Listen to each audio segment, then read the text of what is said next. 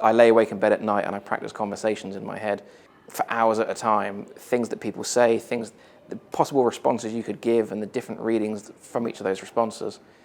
And you don't realise that everybody else isn't doing that. The diagnosis, I think, really changed my life completely.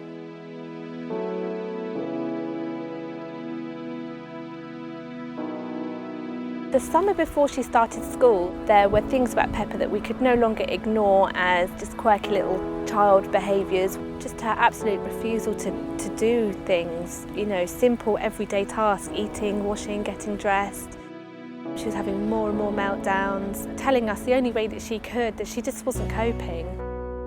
Looking back, there was self-harming for all my life and I didn't know. And when he said autism, I just thought people who couldn't say walk and talk, and I had to be educated from the beginning. The first thing would be for a parent to go to their GP. If the GP fundamentally agreed that there might be need for further investigation, they would usually refer onto a paediatrician. The wait for that initial appointment might well be up to a year. In our opinion, that's too long, but the demand is that it might take some time. And then there would also usually be involvement with other specialists like a speech and language therapist, there might be an occupational therapist appointment, and there might sometimes be a play therapist type appointment. At the end of that process, those specialists will meet, they will discuss, and they will then feed back to the parents about whether there's a diagnosis. Alice, who's her current class teacher, came to see us and they saw what I saw. They saw the potential that Rose had, and I knew that if Rose was in the right setting, had the right care around her and adults that actually really genuinely cared about her, she would absolutely flourish.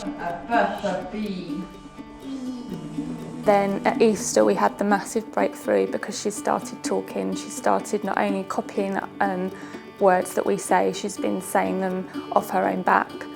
And when we came in for a meeting just the other day and she just came out with polar bear, and Alice was like, well, who knew she knew that word? Small children, whether they have ASD or are neurotypical, are like sponges. They take in so much information so quickly.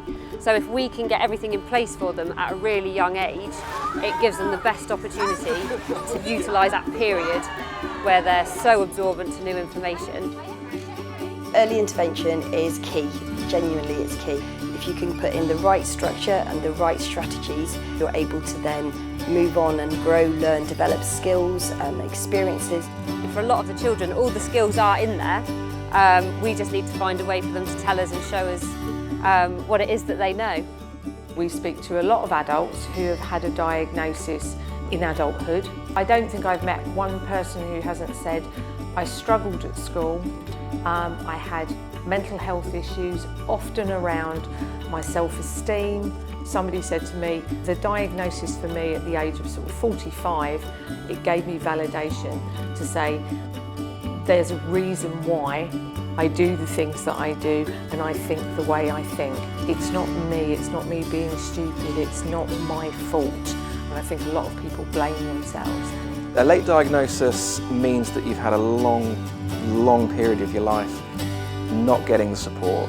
If my new daughter has any signs of autism, I will try and get her as early a diagnosis as I possibly could. I think if they weren't diagnosed with autism, they'd be labelled something by somebody. They'd be that odd kid, that naughty kid, you know, they'd have a label of some description. So having a label like autism, it opens up the support that is needed, and it gives you, as a parent, I think, the clarity that it's not your fault.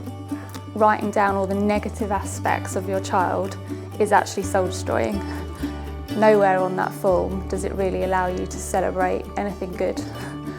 All the stress, all the tears, all the heartache that you have to go through.